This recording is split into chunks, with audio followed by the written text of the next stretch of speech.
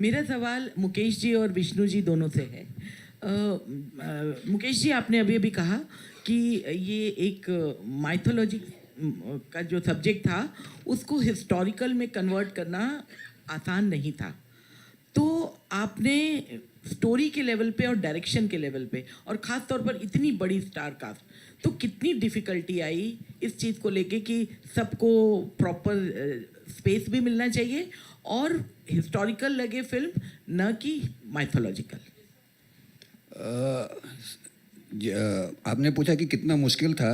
मुझे लगता है कि हम सबको भगवान शिव ही पार लगा रहे थे और तभी इतनी बड़ी फिल्म, इतने बड़े स्टार कास्ट के साथ, इतने बड़े कैनवस की फिल्म इतनी आसानी से पूरी हो गई कि हमें पता भी नहीं चला। और जैसा मधु जी ने कहा कि हमने बिल्कुल हंसते खेलते बिना किसी स्ट्रेस के इतने प्यार से, इतने अच्छे ढंग से बनाया कि ये सिर्फ भगवान शिव की ही ब्लेसिंग हो सकती है और कुछ नहीं हो सकता। ये उन्हीं के एक भक्त की कहानी है, तो वही पार लगा रहे हैं इसको। और हिस्टोरिकल तो ये कहानी है ही। मैंने बताया जैसा आपको कि आर्कियोलॉजिकल सर्वे ऑफ इंडिया खुद रिकॉग्नाइज करता है कि ये कनप्पा का गांव है। तो कनप्पा एक हिस्टोरिकल फिगर है और हम इसको फोक टेल कहते हैं। श्री कालाहस्ती मंदिर है तिरुपति में, तिरुपति बालाजी आप सब जानते हैं। वहीं पे शिव जी के 5 मूलभूत लिंगम है, धरती, आकाश, अग्नि, वायु। इसमें ये वायु लिंगम है जो इस कहते हैं कि ये लिंगम जो है ये सांस लेता है। आज भी आप मंदिर जाएंगे तो 2 दिए रखे हुए हैं जो फड़कते हैं उनकी सांसों से। आप बिलीव करें ना करें, आप जाएं मंदिर, आप देख लें। तो ये हिस्टोरिकल फैक्ट है जिसको माइथोलॉजी पहले कहा जाता रहा है। अब मुझे लगता है कि अब सब आप लोग भी हिस्टोरिकल ही कहेंगे क्योंकि हमारे पास प्रमाण हैं इसके। मुकेश जी, जी आपसे एक बात पूछना चाहता हूँ। आप न्यूजीलैंड कितने दिनों के लिए गए थे? मैं लगभग 5 महीने था वहाँ तो कुल मिला के। शिव जी वहाँ नहीं आए थे? मुझे लेके नहीं गए वहाँ। वहाँ नहीं पहुँच पाते थे। देखिए, कहते हैं कि हर जीव में शिव है, इसलिए जितने भी जीव वहाँ थे सब शिव ही थे। मेरे अंदर भी शिव जी है, मुझे क्यों नहीं ले गए थे? ऐसे ही पूछो। चलो चलो चलो आगे, नेक्स्ट जी। विष्णु जी, राइटिंग के लेवल पे आपको कितनी डिफिकल्टी था? डिफ़िकल्टी कुछ नहीं था क्योंकि see, I'll tell you where we started off from. See, this movie was I'm going to give a little brief history lesson, so I'm sorry it's going to take 3-4 minutes. See, Kanappa is not a known story for all the people here. I believe the story took place in the 2nd century. The first reference on Kanappa, Adiguru Shankaracharya, while writing the Shiva Purana, made a reference that an Adivasi offered meat to Lord Shiva.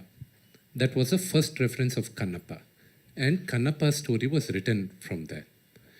In Sri Salem, when the Sri Chakra is written, even there, even today, when you go to one of the Jyotirlingas in Hyderabad, near Hyderabad, Sri Salem, it is written there.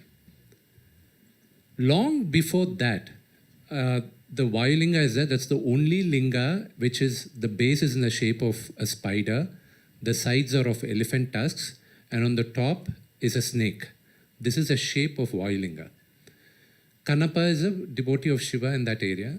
And after 8th century, in the 14th century, one of the greatest kings of India, Sri Krishna Devaraya, in his kingdom, there was this very famous poet called Durjeti.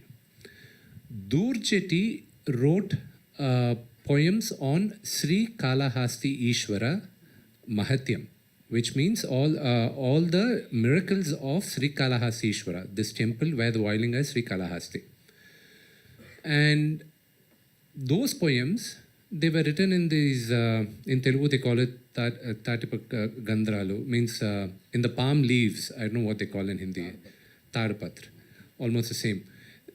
They were lost, and then in the 18th century, there was this English collector called Mr. C.P. Brown, who collected all these and then translated them with scholars into English, and the book was published in 1895. And there are 5 books today which are still in preservation. One of them is in Bikaner Museum.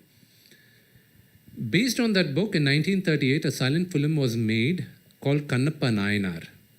And then in 1953, one of the greatest Indian actors, legendary Dr. Rajkumar sir in Kannada, made his Arangetram in films through this movie called Bedar Kannappa in Kannada.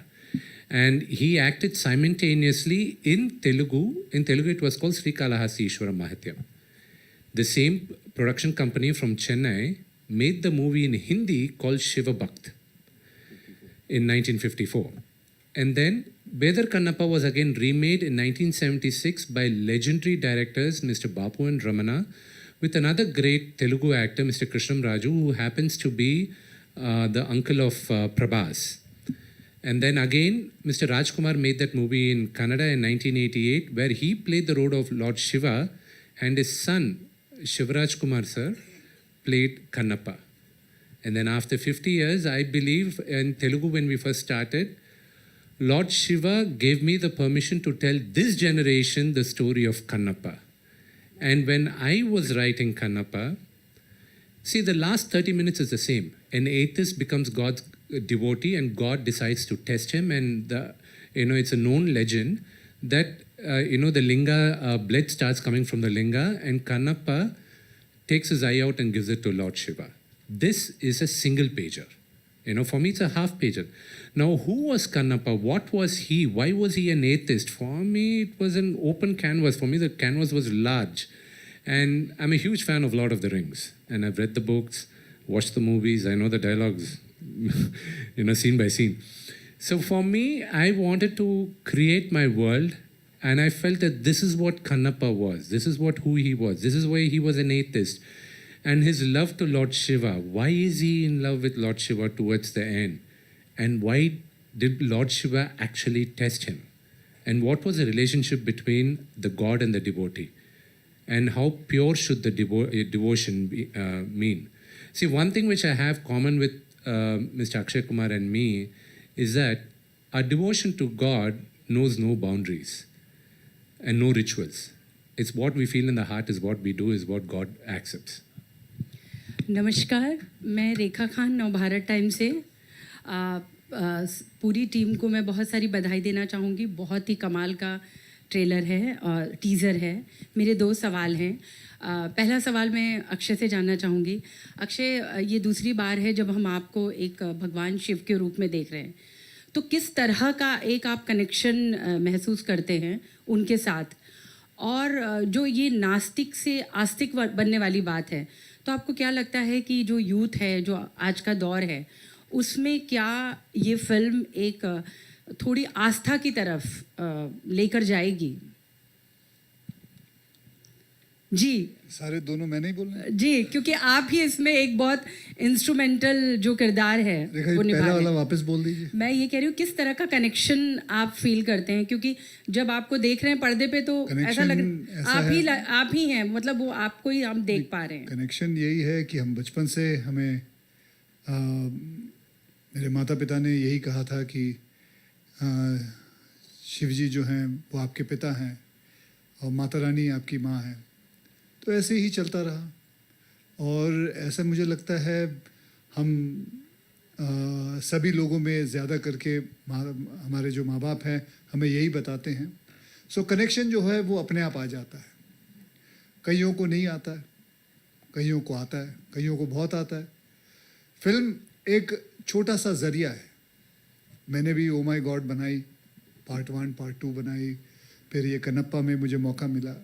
एक ज़रिया है जो जितनी आस्था इसमें से ले सकता है, समझ सकता है। फिर मैंने एक फिल्म राम सेतु भी बनाई थी। जैसे इन्होंने बताया कि देयर इज़ एविडेंस कि भगवान राम और हनुमान जी और उनके सारे वानर सेना ने सेतु बनाया था। बल्कि एविडेंस है, नासा ने प्रूव किया, सब कुछ हो गया, सारी चीज़ें हैं। लेकिन बस प्रॉब्लम यही है कि कई लोग इस पे विश्वास नहीं करते। लेकिन जब साइंस इसके बारे में बोलता है तब विश्वास करना शुरू होते हैं। उसी हिसाब से कन्नप्पा जो है, ये आपको विश्वास होना शुरू हो जाएगा जब आपको पता चलेगा इसकी कहानी के बारे में कि क्या हुआ था, कैसे हुआ था। जैसे उन्होंने बताया कि कन्नप्पा का खुद का मतलब there is a village also. So ऐसे ही आहिस्ते आहिस्ते आस्था बढ़ती है। लेकिन मैं ये समझता हूँ किसी के साथ ज़ोर ज़बरदस्ती करके नहीं बढ़ सकती। वो अपने आप ही अंदर से आती है, अंदरूनी आती है, अपने आप ही से अंदर से बात करना शुरू करती है। वक्त आता है, हर इंसान के अंदर एक वक्त आता है, वो अपने आप आता है। तो बस ये उसी हिसाब से ये फिल्म उसको समझ के बनाई हुई है। जी, और यही हमारी फिल्म का मैसेज भी है कि आप किसी को जबरदस्ती भक्त नहीं बना सकते। वही हाँ, वही उनका। जी, दूसरा सवाल मेरा मुकेश कुमार सिंह जी से है। मैं बहुत बधाई देना चाहूँगी, मेरे बहुत ही पुराने परिचित मित्र और हमारे फैमिली फ्रेंड में बहुत बड़ा दिन है आपके लिए। मेरा सवाल आपसे ये है कि हम देखते हैं कि साउथ में खैर अब तो हम एक पैन इंडिया इंडस्ट्री हम कहते हैं, लेकिन वहाँ पर इस तरह के जो पौराणिक या हिस्टोरिकल उस तरह की कहानियाँ कहने का एक बहुत ही चलन है, बहुत ट्रेंड है, हम बहुत देखते हैं, लेकिन हिंदी में वो थोड़ा सा कम नज़र आता है, बॉलीवुड में। जी, इसका उत्तर तो जो पुराने लोग हैं कि क्यों नहीं बनी फिल्में, वो ज़्यादा बेहतर दे सकते हैं।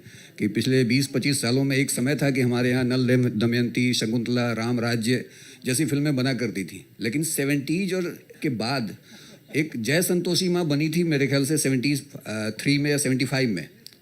उसके बाद मुझे नहीं याद आता कि कोई भी भक्ति वाली फिल्म हमारे यहाँ बनी है।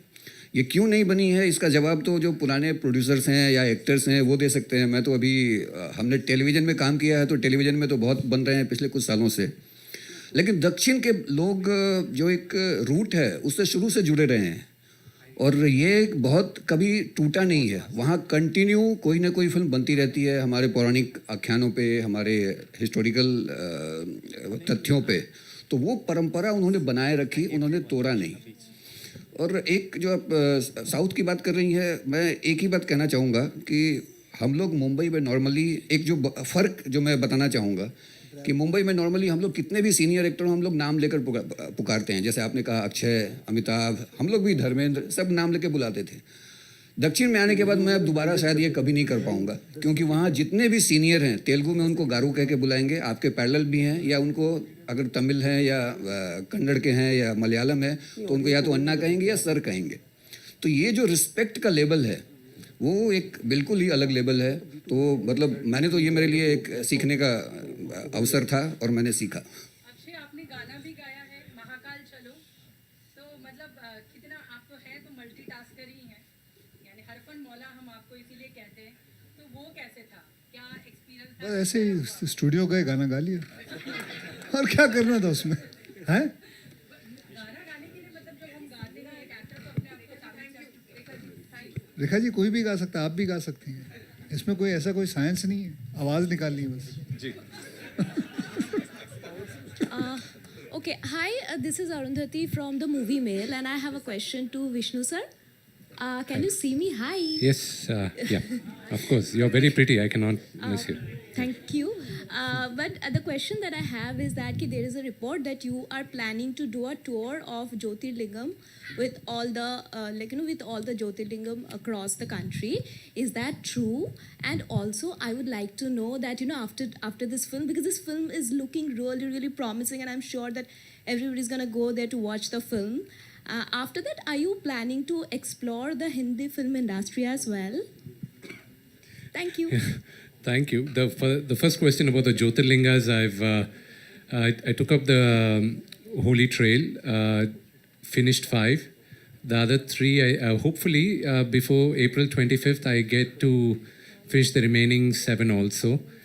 And right now, I think I am doing a Hindi film, Kanapa. So I think that answers the second question of yours. Thank you. ठीक है जी ओके अक्षय पाजी